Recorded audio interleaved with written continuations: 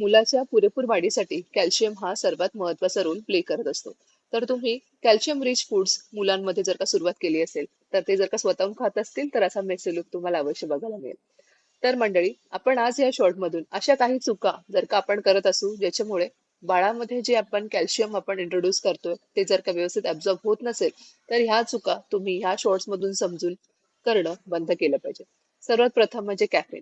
जर का आई breast feeding असेल, तर अंगावरचं दूध जर काही देते आणि जर का ती कॉफी जास्त घेत असेल, तर कॅफेन इंटेकमुळे काय होतं की बाळाचं जे कॅल्शियम रिच फूड तुम्ही देताय त्यातलं कॅल्शियम हे रोखलं जातं, शरीरामध्ये ते ऍब्झॉर्ब करू देत नाही. म्हणून कॅफिन हे लिमिटमध्ये ठेवलं पाहिजे. दुसरं म्हणजे जेव्हा तुम्ही पेअरिंग करता कॅल्शियम रिच फूड्स आणि आयर्न रिच फूड्स, ह्याच्यामुळे काय होतं, त्याच्यामधलं जे असणारं जे लोह आहे हिरव्या पालेभाजीमधलं, ते तुमचं कॅल्शियमचं ऍब्झॉर्प्शन रोखतं आणि मुलाला पुरेपूर कॅल्शियम त्या पदार्थातून मिळत नाही. तिसरं म्हणजे डाळ. डाळ हे लो फॅट मील आहे. जेव्हा तुम्ही हेल्दी फॅट त्याच्यामध्ये ऍड करता तेव्हा कॅल्शियम हे व्यवस्थित ऍब्झॉर्ब होतं. म्हणजेच तुम्ही त्याच्यामध्ये गाईचं तुपाचा समावेश करणं गरजेचं आहे, जेणेकरून बाळाला त्यातून कॅल्शियम हे पुरेपूर मिळेल. तर आय होप तुम्हाला ह्या 3 चुका समजल्या असतील. जर का तुम्ही ह्या करत असाल तर ते आजच स्टॉप करणं गरजेचं आहे, जेणेकरून बाळामध्ये प्रॉपर कॅल्शियम ऍब्झॉर्प्शन होईल. धन्यवाद.